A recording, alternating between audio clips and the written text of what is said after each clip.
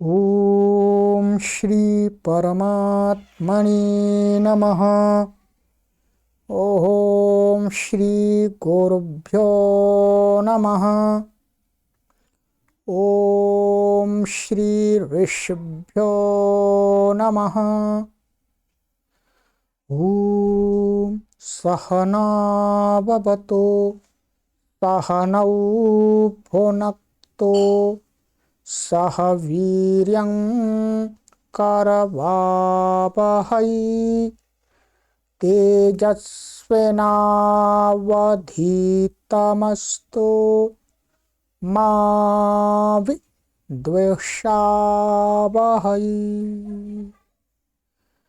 ओम शांति शांति शांति।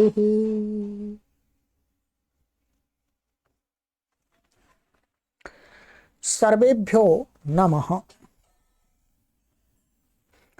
देववाणी संस्कृतं यूट्यूब चलदृश्यं प्रति भवतां भवतीनां च हार्दं स्वागतम्।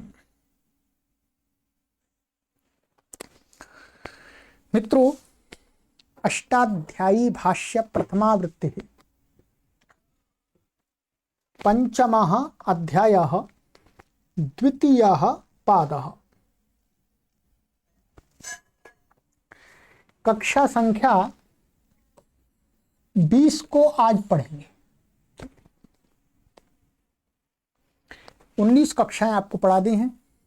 दूसरा पाद हमारा आरंभ हो गया है।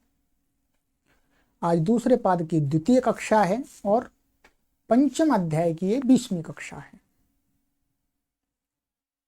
चलिएगा, पुस्तक को ओपन कर लीजिएगा। चलिएगा, तो गत कक्षा में मैंने आपको यहां तक पढ़ाया था जी, 9वें सूत्र तक पढ़ाया था। अनुपद सर्वान नायानयम बद्धा भक्षयति नेषु, यहां तक पढ़ाया था मैंने, ठीक है। चलिएगा, अब आगे पढ़ते हैं। 10वां सूत्र है 5-2-10।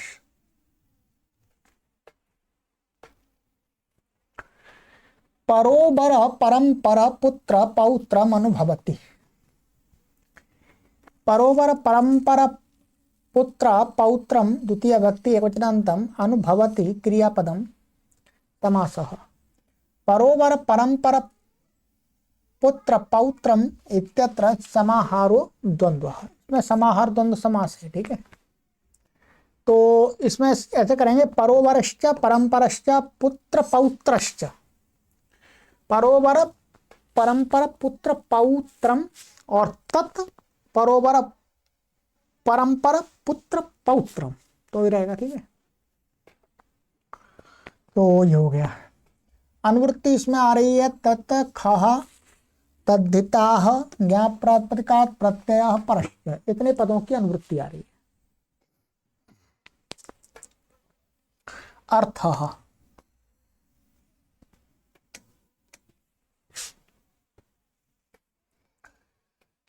परोवर परंपर पुत्र पौत्र इत्येतेभ्यो द्वितीय समर्थेभ्यः प्रातिपदिकेभ्यो अनुभवति ते तस्मिन्नर्थे खः प्रत्ययो भवति, ठीक है। परोवर परंपर पुत्र पौत्र, ठीक है। इन शब्दों से, द्वितीय समर्थों से, प्रातिपदिकों से अनुभवति माने अनुभव करता है। इस अर्थ में ख प्रत्यय हो जाता है। यहां पर संधि करके पढ़ा हुआ मैंने, प्रातिपदिकेभ्यः अनुभवति ऐसा बोल सकते हैं, ठीक है। तो उदाहरण दिया है यहां पर, परांश्च अवरांश्चानुभवति परोवरिणः।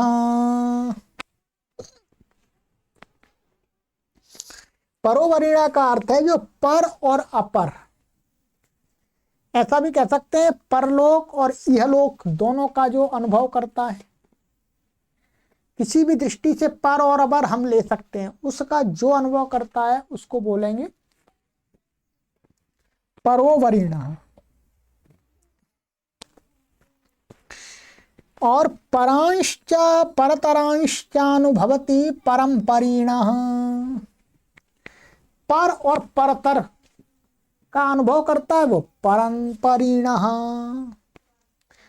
यहां पर कुछ निपातन किया है, अभी बता देंगे, नीचे हिंदी में लिखा हुआ है। यहाँ पर हम शब्द, ये तो परम शब्द लिया है और परोवर शब्द लिया है, और पुत्र पौत्र, पुत्र पौत्रान अनुभवति पुत्र पौत्रीण, माने पुत्र और उसके भी पुत्र का अनुभव करता है, अर्थात जो देखता है, माने जो व्यक्ति अपने पुत्र और उसके भी पुत्रों को अपने सामने देख लेता है जीता हुआ, तो वो अनुभव करना का यही अर्थ है। तो उसको कहते हैं पुत्र पौत्रीण। ख प्रत्यय हुआ है, ख को ईन हो जाता है, आय ने ई नी ई फ ढ खच्छ गाम प्रत्ययादि नाम से ईन हो गए। ईन होने के बाद सब जगह पर क्या है, अणा अणा अणा, अटक कुप्पांग नु व्यवायवे पी से अणत हो गया। ठीक है जी। अब चलते हैं आगे। यहां पर गुरुजी ने क्या लिखा है,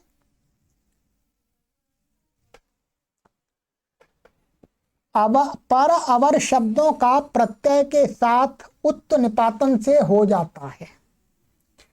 कहते हैं पर और अवर शब्द था तो परावर होना चाहिए था। भाई ईसा और ईसा को मिलाएंगे तो परावरित होगा। तो कहते हैं यहां पर तो परोवर लिखा हुआ है।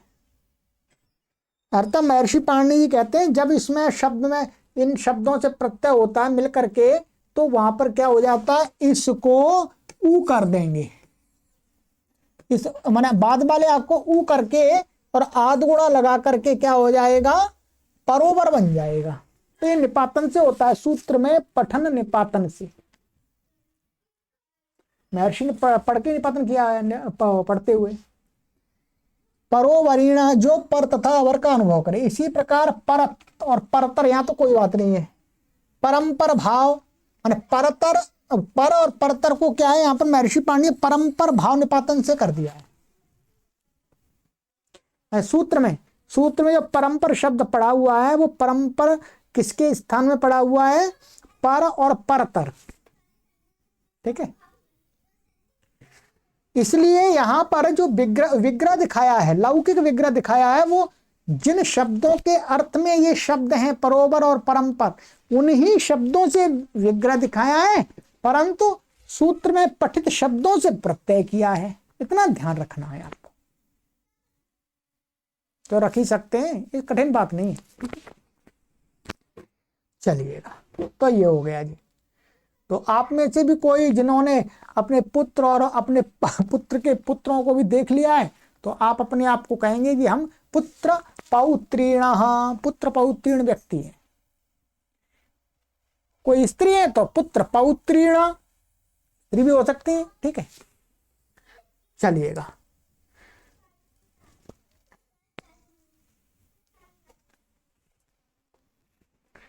अवार पारात्यंतानुगामम गामी, अवार पारात्यंतानुगाकामम द्वितीय व्यक्ति एकवचनांतम, गामी प्रथमा व्यक्ति एकवचनांतम। समासा अवार इत्यत्र समाहारो द्वंद्वः। तो यहां पर क्या है, ये पड़े हुए हैं अवार पारश्च अत्यंतश्च अनुकामश्च, अवार पारात्यंतानुकामम और तम का तत् तत् तत् पर अवार पारात्यंतानुकामम। ठीक है, नपुंसक लेंगे, समाहार द्वंद्व है। इसमें यहाँ पर अनुवृत्ति ला रहे हैं गुरुजी, तत् खाह तद्यता न्याप्रातिपदिका प्रत्यय परश्च, इनकी अनुवृत्ति है। ठीक है, अर्थ द्वितीय समर्थेभ्यो वार पार अत्यंत अनुकाम इत्येतेभ्यः प्रातिपदिकेभ्यो गामी तस्मिन् अर्थे ख प्रत्ययो भवति।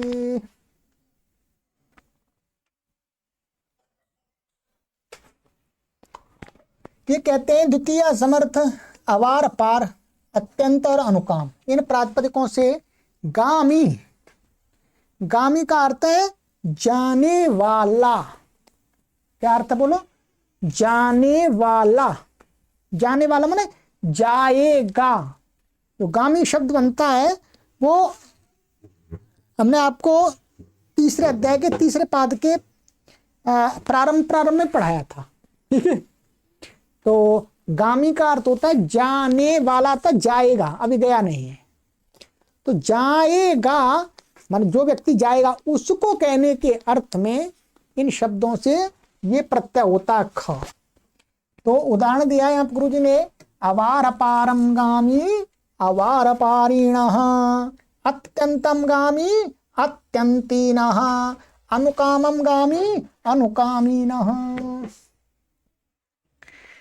तो कुछ नहीं है, अत्यंत शब्द से आपको ये हो गया, ख हो गया, ईन आदि हो जाएगा और सिद्ध बन जाएंगे। इनका अर्थ यहाँ पर गुरुजी ने लिख दिया है। अवार पारिणो एक साथ आर पार जाने वाला, माने एक साथ आर पार चला जाता है। कोई नदी है तो एकदम पार चला जाता है तो चला जाएगा, ऐसा अर्थ है वास्तव में। अत्यंतीन अत्यधिक जाने वाला, माने अत्यधिक दूर को चला जाएगा ऐसा व्यक्ति। अनुकामी ना कामना इच्छानुकूल जितना चाहे उतना जाएगा ऐसा व्यक्ति, तो उसको कहा जाएगा, ठीक है। गामी भविष्य में जाने वाले अर्थ में ख प्रत्यय होता है, ठीक है। गामी का अर्थ यहां लिया है भविष्य में जाने वाला व्यक्ति, व्यक्ति हो कोई भी हो, ठीक। चलिएगा, समाम समाम विजायते, द्वितीय व्यक्ति, समाम समाम द्वितीय व्यक्ति, एक वचनांतम विजायते क्रियापदम अनुवृत्ति, तत् खः तद्धिता ज्ञाप्रात्मकात् प्रत्यय परश्च, इनकी अनुवृत्ति है जी, ठीक है जी।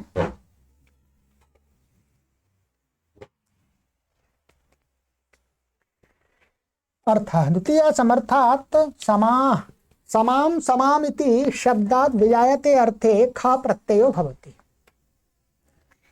विजायत का अर्थ होता है जन्म देना, बच्चा देना, प्रस्रव होना, ठीक। तो द्वितीय समर्थ समाम समाम इस प्रातिपदिक से विजायत अर्थ में क्या ख प्रत्यय हो जाता है। समाम समाम विजायत इति समाम समीना गौः, तो समाम समाम का अर्थ है प्रत्येक वर्ष।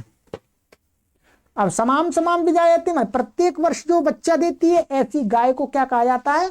समाम समीना, ख प्रत्यय होकर के गौः, ये स्त्रीलिंग है तो टाप हो गया या तष्टाप, समाम समीना ऐसा बन गया, ठीक। चलिएगा, सरल है। जो गाय प्रतिवर्ष बच्चा देती है वह समाम समीना गौ कहलाएगी। ध्यान रखिएगा, इससे ज्ञात होता है, ये तो बहुत सारे जहां जहां आता है हमें ध्यान होता बता देते हैं। इससे ज्ञात होता है कि संस्कृत भाषा किसी समय में लोक की भाषा थी, है लोक की भाषा थी। ये गाय के लिए हर साल जो ब्याने वाली गाय है उसको लोक में क्या कहते हैं? समाम समीना। तो बहुत सारे लोग ऐसे सोचते हैं कि संस्कृत भाषा कभी बोलचाल की भाषा नहीं रही, वस्तुतः उन्होंने भाषा का अध्ययन नहीं किया, संस्कृत भाषा के इतिहास का अध्ययन नहीं किया। और बहुत सारे लोग तो पाली, प्राकृत आदि भाषाओं को कहते हैं संस्कृत से पहले की हैं। उनको तनिक भी बुद्धि नहीं है, बिल्कुल भी नहीं पढ़ा उन्होंने। जो व्यक्ति ऐसे कहता है कि पाली अथवा प्राकृत भाषा जो है वो भाषा संस्कृत से पहले की है, नहीं नहीं, संस्कृत भाषा से निकली हुई अपभ्रंश भाषाएं हैं पाली आदि, ये ध्यान रखेंगे। और कोई ये कहे कि संस्कृत भाषा शास्त्रीय भाषा है, लौकिक भाषा कभी भी नहीं थी, इसलिए पाली और प्राकृत आदि भाषाएं लौकिक भाषाएं रही हैं, ये भी गलत है। क्योंकि इसी अष्टाध्यायी के अंदर 5,000 पूर्व, लगभग 5,000 वर्ष पूर्व महर्षि पाणिनि ने लोक संस्कृत की, लोक में प्रचलित जो संस्कृत है उसको बताने के लिए अनेक सूत्र बनाए, अनेक सूत्र बनाए। तो आपकी बात को कैसे प्रामाणिक माना जाएगा? आप तो 5,000 वर्ष पहले नहीं थे, महर्षि पाणिनि की बात को प्रामाणिक माना जाएगा। और पाली भाषा का और प्राकृत भाषा का जो व्याकरण है, उस व्याकरण में भी ये नहीं बताया गया कहीं पर भी, उन भाषाओं के जो व्याकरण उनमें कहीं पर भी ऐसा नहीं कहा गया कि जो उनका व्याकरण है कि उनमें कि संस्कृत भाषा से ये प्राचीन भाषा है, कहीं नहीं कहा गया। परंतु संस्कृत भाषा में संकेत मिलते हैं कि संस्कृत भाषा प्राचीनतम भाषा, ये ध्यान देंगे। ठीक है, हम कोई संस्कृत पढ़ाते हैं इसलिए ये कह रहे हैं संस्कृत प्राचीनतम भाषा है, ऐसा नहीं है। हम एकदम निष्पक्ष भाव से ये बात बता रहे हैं आपको कि संस्कृत भाषा प्राचीनतम भाषा है। हम कोई रूढ़िवादी नहीं है, कोई सिद्ध करे तो मानेंगे, ठीक है, पर सिद्ध कर ही नहीं सकते। ठीक है, और जो हठी दुराग्रही व्यक्ति होते हैं उनसे तो बात करना ही बेकार है। ठीक है, जो दूसरे की सुने ही नहीं, बिना तर्क के बस अपने हाँकते जाएंगे, ऐसे लोगों से बात नहीं करते। ठीक है, ऐसे लोगों से बात करने का तात्पर्य है कि अपने समय को नष्ट करना, व्यर्थ करना और अपनी अज्ञानता को भी दर्शाना। ठीक है, तो इस प्रकार से संस्कृत भाषा हमने चौथे अध्याय में भी पढ़ाया था आपको। ठीक है, और छठे अध्याय में भी आ गया, बार बार बीच बीच में आते रहते हैं। ठीक है, और ये तो सामान्य लौकिक लोग के लिए भी है। ठीक है, व्यावहारिक शब्द है। ठीक है, चलिएगा आगे है हमारा अद्यश्विनावष्टब्धे, अद्यश्विन लुप्त प्रथमांत निर्देशा अवष्टब्धे सप्तमी व्यक्ति एकवचनान्तम। अनुवृत्ति आ रही है विजायते तत् खः तद्धिता ज्ञाप्रातिका प्रत्यय परश्च। ठीक है,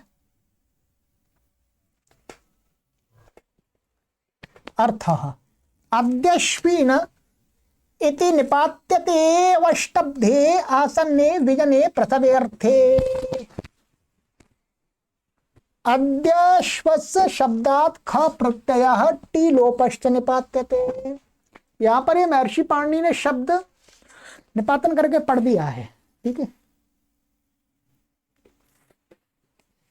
कहते हैं अद्वश्विन, ये निपातन किया गया किसमें? अवष्टब्धे। अवष्टब्धे का अर्थ आसन्ने विजने प्रसवे अर्थे, माने समीप में जन्म देने वाली कोई फीमेल पशु है। ठीक है, तो जन्म जो अभी कुछ दिन में ही, कुछ दिन का ना, आज और कल में, क्योंकि इसके अंदर अद्यश्विन में अद्य और श्व, अद्य का अर्थ होता आज, श्व का अर्थ होता आने वाला कल। तो आज कल ये समीपता में आज ही जन्म दे सकती है, कल दे सकती है, ऐसी को कहने के लिए ये निपातन किया गया है। तो अद्य क्या करें, अद्य श्वस शब्द है, दोनों मिला लिए, अद्य अव्यय, श्वस भी अव्यय है, तो अद्य श्वस, और ख प्रत्यय कर दिया है और टीका लोप कर दिया। टीका लोप करने से क्या हो जाएगा? अस का लोप हो जाएगा और ख को ईन होकर के अद्यश्वीन बन जाएगा। स्त्रीलिंग है तो अद्यश्वीना गौ बन जाएगी। तो अद्य व श्वो व विजायते अद्यश्वीना गौः अद्यश्वीना वडवा। आज अथवा कल ही जन्म देती, जन्म देने देती है, देगी, ऐसी गाय को क्या कहेंगे? अद्यश्वीना। और बड़वा का अर्थ होता है घोड़ी। जो घोड़ी आज या कल में ब्याएगी, ब्याएगी मैंने जन्म देगी बच्चे को। थोड़ा ग्रामीण भाषा का शब्द है, पर अर्थ तो वही है, हिंदी का है। तो जन्म देगी ऐसी घोड़ी को क्या कहेंगे? अद्यश्वीना। चलिएगा आगे चलते हैं मित्रों। आगवीनः,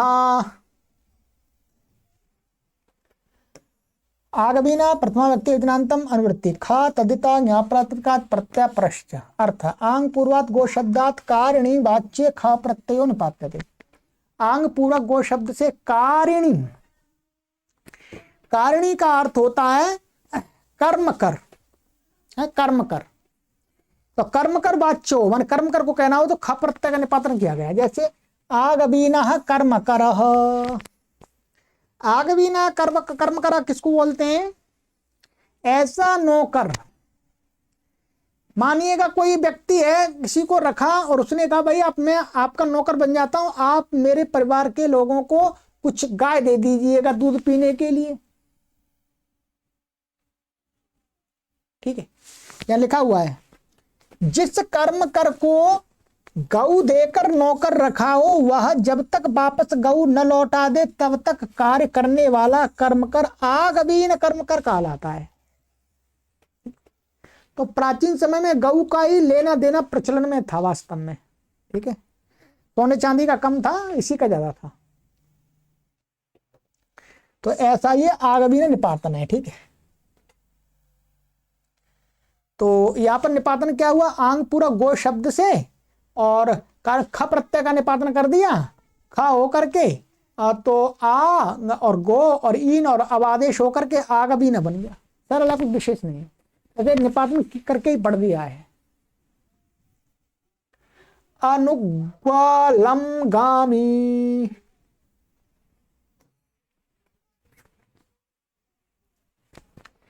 अनुगु अव्यपदम अलंगामी प्रथमा व्यक्ति योजनांतम अनुवृत्ति तत् खः तद्धिता ज्ञाप्रात्रका प्रत्यय परश्च अर्थ द्वितीय समर्थात् अनुगु प्रातिपदिकात् अलंगामी इत्यर्थे ख प्रत्यय भवति। द्वितीय समर्थ अनुगु, अनुगु प्रातिपदिक से अलंगामी, अलंगामी का अर्थ है पर्याप्त जाने वाला। अलम माने पर्याप्त, गामी माने जाने वाला जाएगा, तो पर्याप्त जाने वाला इस को कहने के लिए ख प्रत्यय होता है। तो उदाहरण ध्यान हो, अनुगु का अर्थ होता है गाय के पीछे पीछे चलने वाला व्यक्ति। गाय के पीछे पीछे चलने वाला व्यक्ति कौन होता है? गाय के पीछे पीछे चलने वाला व्यक्ति होता है गोपाल, है गोपाल बोलते हैं इसको, गौपालक। पहले के समय में गायों को जंगल में चराने के लिए ले जाता था गोपाल, तो वो गौओं के पीछे पीछे रहता। अनु माने पीछे, गौ और गो माने गाय, तो गाय के पीछे, तो समास होकर के क्या बन जाता है? अनुगु बन जाता है। तो अनुगु अलम पर्याप्तम गच्छति अनुगवीनो गोपालकः।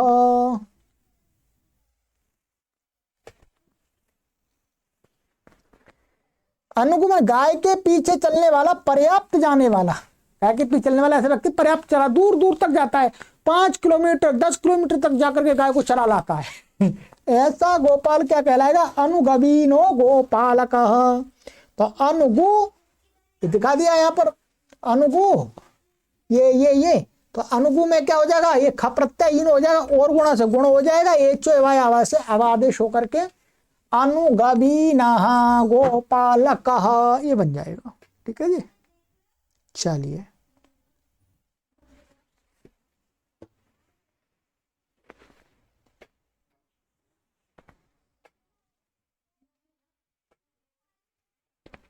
अध्वनो यत्खौ, अध्वना पंचमी व्यक्ति एकवचनांतम, यत्खौ प्रथमा व्यक्ति द्विवचनांतम। समास यत् च खश्च यत्खौ इतरेतर द्वंद्वः, ये इतरेतर योग द्वंद्व समास है। ठीक है,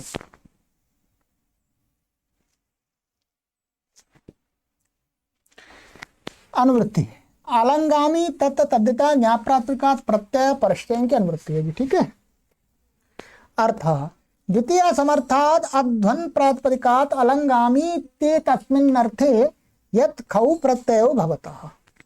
द्वितीय समर्थ अध्वन प्रातिपदिक से, अध्वन का अर्थ होता है मार्ग, अध्वा है, तो अलंगामी माने दूर जा, पर्याप्त जाने वाला, इस अर्थ में यत् और ख प्रत्यय हो जाते हैं। तो अध्वानम अलंगामी अध्वन्यः अध्वनीनः, तो अध्वन मार्ग को पर्याप्त, मार्ग को पर्याप्त चलने वाला, खूब दूर चला जाता है, पर्याप्त मार्ग हो। तो क्या हो गया? ये हो गया आपका यत प्रत्यय होगा अध्वन शब्द से, यत हो गया, और अध्वनीना ये ख हो गया। यहां पर मैं बता देता हूं आपको, पैसे कई बार बता दिया फिर भी आप बता देता हूं। यहां पर क्या है, ये अध्वन शब्द था आपका, ठीक है, और यहां पर यत हो गया, भातंजा होने से यहां पर क्या है, नस तद्धिते से टी का लोप प्राप्त था, उसका निषेध हो गया, रोक दिया। ये चा भाव कर्मणो हो, ये चा भाव कर्मणों से क्या हो गया कि यकार मन भाव, एक भाव कर्म से भिन्न यकार आदि तद्धित के पै रहते, टी का लोप नहीं होता, प्रकृति भाव रहता है, इसलिए यहाँ पर लोप नहीं हुआ है। तो वहीं पर चौथे छठे अध्याय के चौथे पाद में अंतिम अंत में देख लीजिएगा, बाकी भाष्य के प्रकरण में। तो इसलिए नहीं होता, तो अध्वन्य बन जाता, अध्वनीना यहाँ पर भी ऐसे बन जाता। चलिए, अभ्यमित्राच्छ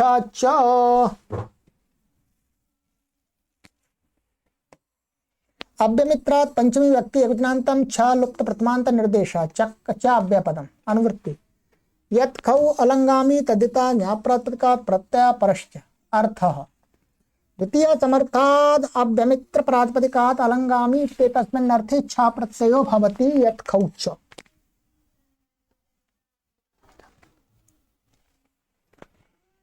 कहते हैं द्वितीय समर्थ अभ्यमित्र प्रातिपदिक के अलंगामी इस अर्थ में छ प्रत्यय होता है, और चकार से यत और ख तीन हो जाते, तीन प्रत्यय हो गए, तीन शब्द बन जाएंगे। तो अभ्यमित्रम अलंगामी अभ्यमित्रीय, अभ्यमित्र का अर्थ होता है शत्रु, तो शत्रु की ओर पर्याप्त मात्रा में जाता है, मैं शत्रु को जीतने की सामर्थ्य रखता है, शत्रु के बिल्कुल पास में चला जाता है पास में चला जाता है, अर्थात उसको इतना कॉन्फिडेंस है कि मैं जीत जाऊंगा। तो अभ्यमित्रम अलंगामी अभ्यमित्रीय, ऐसा राजा या कोई व्यक्ति जो अपने शत्रु की तरफ पर्याप्त मात्रा में चला जाता है सेना लेकर के अथवा अकेला। और अभ्यमित्रीय ये हो गया यत प्रत्यय आपका, और अभ्यमित्रीण ये हो गया ख प्रत्यय आपका। ठीक है जी, सरल है, कुछ कठिन नहीं है। अब तो आपकी नैया बहुत पार लग गई है आगे। चलिए, ये हो गया। और गुरुजी ने लिखा है अभ्यमित्रीय शत्रु के सामने समर्थ होकर जाने वाला, अर्थात शत्रु को हराने में समर्थ व्यक्ति। जो शत्रु को हराने का सामर्थ्य नहीं, वो डर के भाग जाएगा अंदर, भाई रहने दो, हम नहीं जा रहे उसके पास में। चलिएगा, गोष्ठात् खै भूतपूर्वे,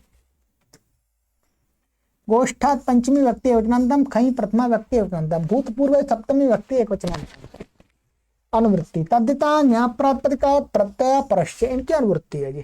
ठीक है जी।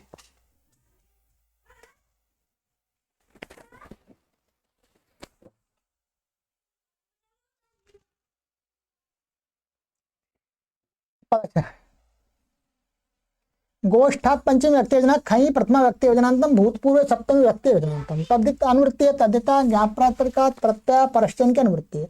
अर्थ भूतपूर्वे अर्थे वर्तमानात् गोष्ठ प्रातिपदिकात् खई प्रत्ययो भवति स्वार्थे। स्वार्थे बहुत दिनों बाद आया स्वार्थ। स्वार्थ माने जो शब्द है उसका जो अर्थ है उसी अर्थ को कहने के लिए, प्रत्यय का कोई अर्थ नहीं है। तो कहते हैं भूतपूर्वे वर्तमानात्, भूतपूर्व माने पहले, अब नहीं, आगे नहीं, पहले। इस अर्थ में वर्तमान गोष्ठ प्रातिपदिक से खई प्रत्यय हो जाता है स्वार्थ में। अब कैसे होता है बताते हैं। गावस तिष्ठन्त्यत्र गोष्ठम, गौएं माने गावः तिष्ठन्ति अत्र, गाय जहां पर यहां पर बैठती हैं उस स्थान को क्या बोलते हैं, गोष्ठम। ये बनाना नहीं है, पहले बना दिया तीसरा अध्याय में। गोष्ठम स्थान का नाम है जहां पर गाय बैठती हैं, पर अभी बैठती हैं ये नहीं।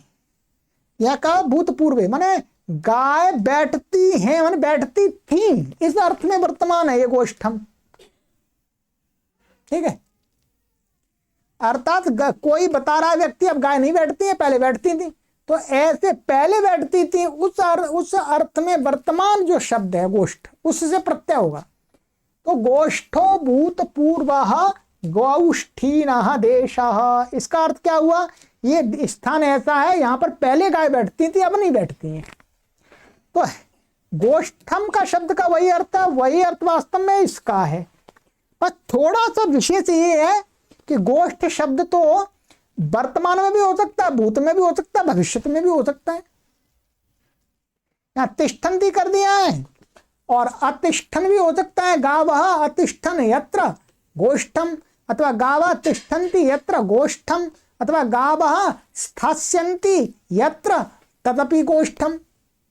परंतु यहां पर जो लिया है वो भूतपूर्व अर्थ वाला लिया है, माने भूतपूर्व को बैठने की क्रिया से उसको कर दिया, बस। तो वही अर्थ है वास्तव में शब्द का। गौष्ठीनो देशः, तो खई प्रत्यय हो गया है, आदि अच को वृद्धि हो गई है, और तो कुछ भी नहीं है। ठीक है, तो जहां पहले गायें बैठती थी वह स्थान अर्थात अब नहीं बैठती हैं। तो प्राचीन काल में गायों का, गाय कभी इस बाड़े में रख दी, फिर उस बाड़े को हटा दिया, वहां से दूसरी जगह बाड़ा बना लिया गायों का, ऐसा से चलता था। अश्वस्यैकाः गमः, अश्वस्य षष्ठी व्यक्ति विज्ञानतम एकाः गमः प्रथमा व्यक्ति विज्ञानतम एकाहेन गम्यत इत्येकाहम एकाः गमः। ठीक है, एकाहेन गम्यतेति एकाः गमः। एकाः का अर्थ एक दिन, क्या है? एक दिन। तो एकाहेन गम्यते थी, एकाह माने एक दिन के द्वारा जो ज्ञात होता है, माने जो एक दिन के द्वारा कुछ भी हो सकता है, वो भी बताएंगे। ठीक है, प्रतीत होता है। अनुवृत्ति खई तदिता ज्ञाप्राप्त का प्रत्यय परश्च अर्थ। षष्ठी समर्थाद अश्व प्रातिपदिकाद एकाह गम इत्येतस्मिन् अर्थे खई प्रत्ययो भवति। कहते हैं षष्ठी समर्थ अश्व प्रातिपदिक से एकाह गम माने एक दिन अर्थ प्रतीत हो रहा हो। एक दिन माने एक दिन से माने एक दिन के साथ में अर्थ प्रतीत हो रहा हो, तो क्या है, इस अर्थ में कहीं प्रत्यय हो जाता है। जैसे उदाहरण दिया है, अश्वस्यैकाः गमो अध्वा आश्विनः। यहां पर यह अश्व का एकाह माने एक दिन का जो रास्ता है, एक दिन में जितना घोड़ा चल सकता है, प्राचीन काल में तो घोड़ों से ही चलते थे, तो फिर भाई मानिएगा एक घोड़ा एक दिन में औसतन 10 किलोमीटर मान लिया हमने, या 20 मान लीजिएगा, तो 20 किलोमीटर का क्या है एक दिन में, तो 20 किलोमीटर का उस 20 किलोमीटर तो आजकल चलते हैं।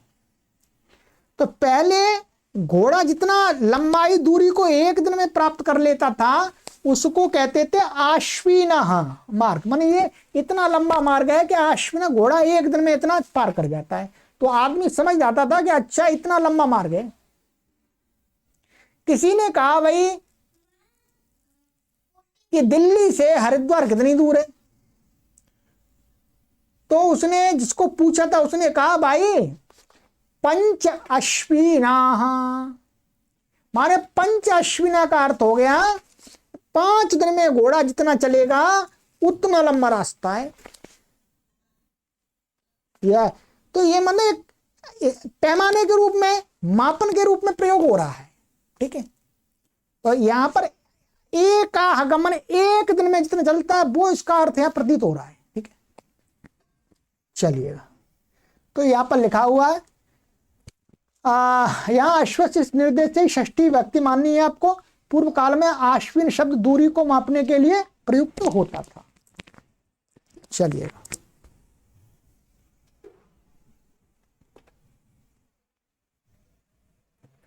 शालीन कौपीने अधृष्टा कार्ययोः, शालीन कौपीने प्रथमा व्यक्ति उत्तरांतम अधृष्टा कार्ययोः सप्तमी व्यक्ति उत्तरांतम समासः। उभयत्र इतरेतर द्वंद्वः, दोनों जगह है। तो यहाँ पर है आपके शालीनश्च कोपीनश्च, शालीनश्च शालीनम च कोपीनम च, नपुंसकलिंग करना पड़ेगा। शालीनम च कोपीनम च, शालीन कौपीने द्वंद्व हो गया। और इसमें ये आपका अदृष्टश्च या अदृष्टम च अकार्यम च अदृष्टा कार्य और तयो हो अदृष्टा कार्य हो, ऐसा हो जाएगा। ठीक है, ये भी द्वंद्व हो गया। अनुवृत्ति खई तद्यता ज्ञाप्रात्मकात् प्रत्यय परश्च अर्थः शालीन कौपीन इत्येतौ शब्दौ निपात्यते यथासंख्यम अदृष्टा कार्ययोर वाच्ययोः शाला प्रवेश कूपावतार आभ्याम शब्दाभ्याम खई प्रत्यय उत्तर बदलोपश्च निपात्यते। जी पूरा पढ़ दिया मैंने एक बार में, अब समझा देता हूँ आपको। ठीक है, आप भी कहते होंगे ये एकदम पढ़ देते हैं। चलिएगा, तो कहते हैं शालीन और कौपीन ये दोनों शब्द निपातन किए गए हैं। किन किन अर्थों में यथासंख्य करके? एक शालीन किया गया है अदृष्टार्थ में और कौपीन किया गया अकार्य में, इन वाच्य होने पर। तो कहते हैं अब क्या है, अदृष्ट का अर्थ यहां पर है भीरू, डरपोक। अदृष्ट जो धृष्टता करता है वो व्यक्ति तो डरपोक नहीं होता। तो यहां पर जो धृष्ट नहीं है, अदृष्ट माने भीरू, डरपोक। और अकार्य का अर्थ है पाप, पाप कृत्य। ठीक है, तो कहते हैं शाला प्रवेशन कूपावतार, इन दोनों शब्दों से खई प्रत्यय किया गया है। ठीक है, और उत्तर पद लोपश्च, ये यहां पर उत्तर पद है, इसका लोप कर दिया। कूपावतार में इसका लोप कर दिया जी। ठीक है, खई प्रत्यय कर दिया है, तो खई का क्या बन जाएगा? ईन, और आदि को वृद्धि यहां पर हो जाएगी, यहां तो वृद्धि है ही पहले से, तो शालीन बन जाएगा। तो शाला प्रवेशनम अर्हति शालीनो भीरुः, अर्थात ऐसा व्यक्ति जो डर के मारे घर में घुस जाए घर में घुस जाए उसको बोलेंगे शालीन। शालीन व्यक्ति संस्कृत में अच्छा नहीं है, ध्यान रखेंगे। वैसे लोक व्यवहार में तो ऐसे कहते हैं व्यक्ति को शालीन होना चाहिए, पर वस्तुतः व्याकरण के अनुसार शालीन शब्द का अर्थ है डरपोक। शालीन का अर्थ है किसी ने बोल दिया चुप खड़ा रहे, चुपचाप खड़े हैं जी। ऐसा आदमी किसी काम का नहीं है भाई। तो व्याकरण में क्या है? भीरू हो, भीरू को क्या बोला है? शालीना। तो घर में घुस जाएगा डर के मारे। कूपावतारम अर्हति कौपीनम, कूपावतार का अर्थ यहां पर है पाप, माने कुएं का अर्थ है नीच प्रवृत्ति। नीच प्रवृत्ति को जो प्राप्त होता है, नीच प्रवृत्ति को प्राप्त होने योग्य है, वो क्या है? कौन है? जो गलत काम करेगा वो तो पाप। तो वो अकार्य है। नीच प्रवृत्ति को कौन प्राप्त कराता है? अकार्य में पाप कृत्य। तो पाप कृत्य को कहने के लिए है, तो वही कहा कौपीनम पापम, पाप माने गलत कार्य। अब मैं इसमें सिद्धि कुछ नहीं है, सामान्य है। ठीक है,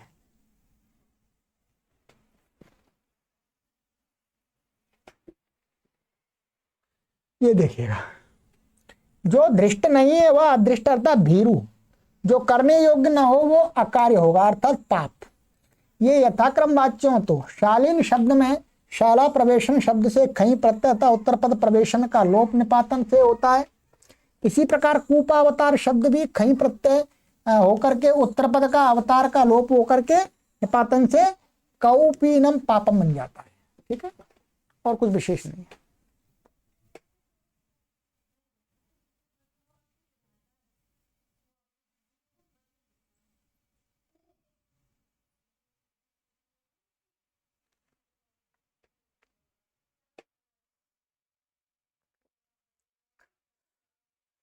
चलिएगा,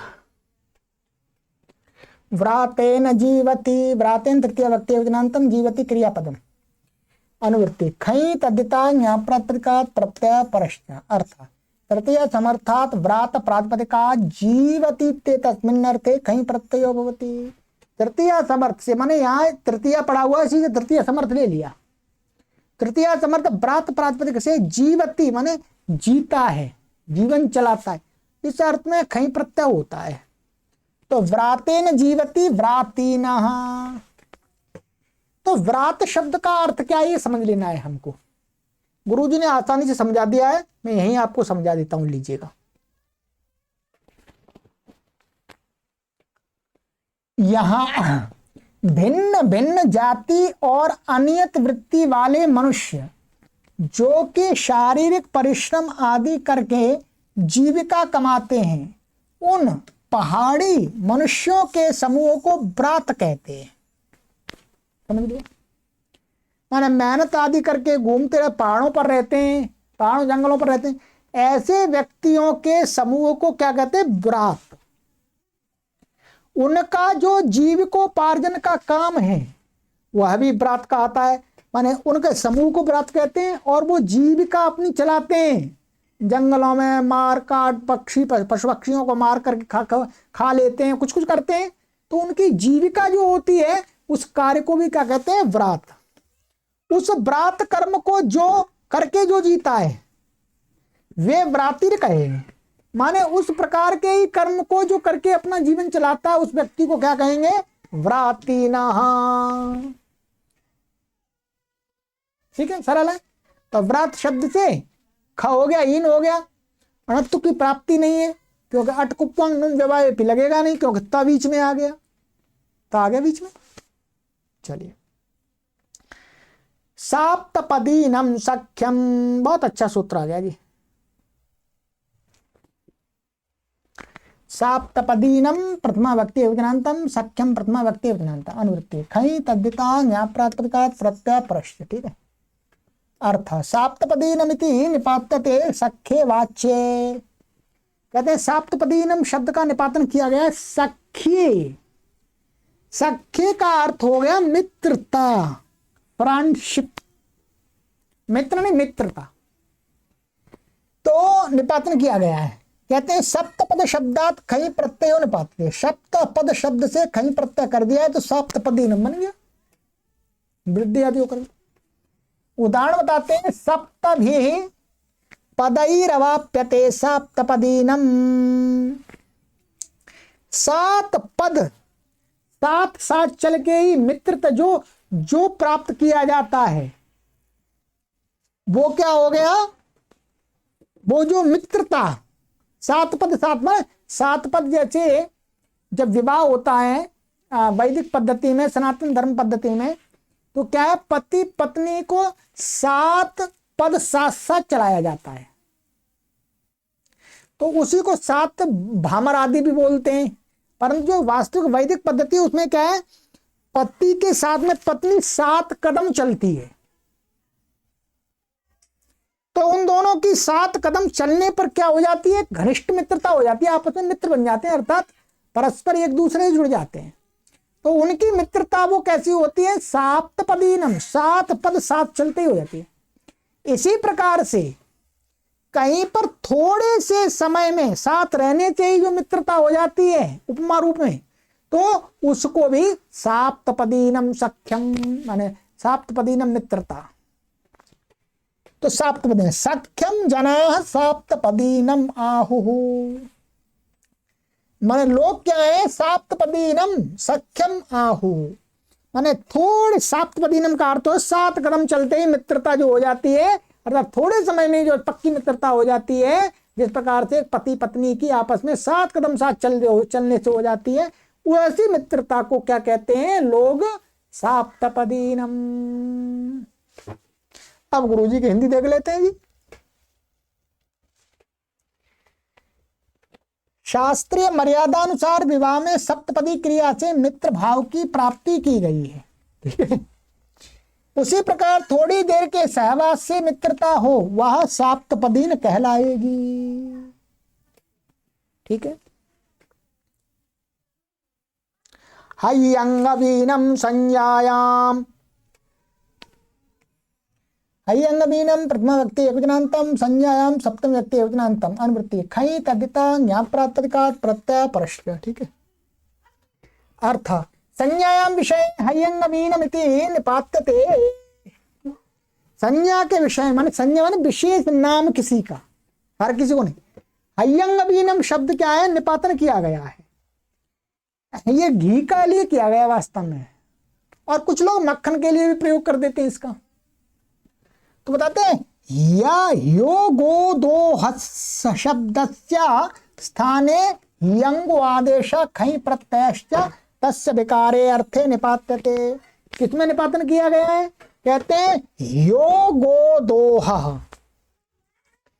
कल गौ को दुहा गया जो है, दूध ही है दुहा गया, उस शब्द के मन यो गो मन ये वास्तव में क्या है?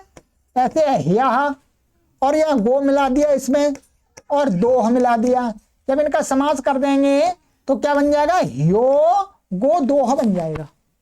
इसका अर्थ होगा गाय का दोहन कल वाला, माने कल दुहा हुआ जो दूध, उसके स्थान में हियंगु आदेश कर दिया और खई प्रत्यय कर दिया। किसके? तस्य विकारे अर्थे, माने इसे गो दोह, यो गो दोह, कल के दुहे हुए दूध के विकार के अर्थ में, विकार को कहने के लिए।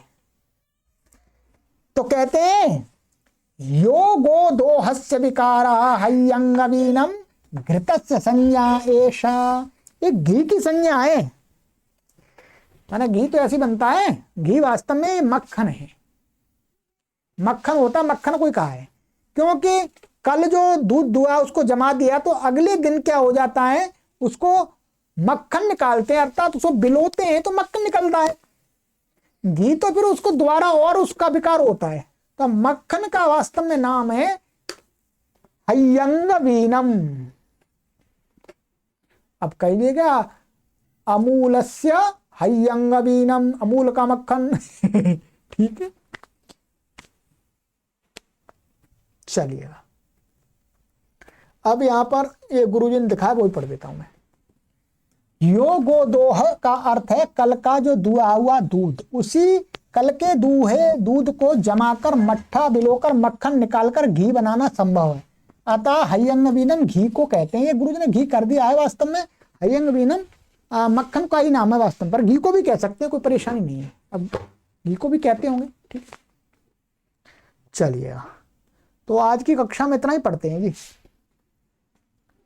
समय भी हो गया, बिल्कुल सही समय हो गया जी। ठीक है, चलिए आगे कल की कक्षा में पढ़ेंगे तस्य पाक मूले पील्वाधिकरणादिभ्या पुड़ब जाहचौ।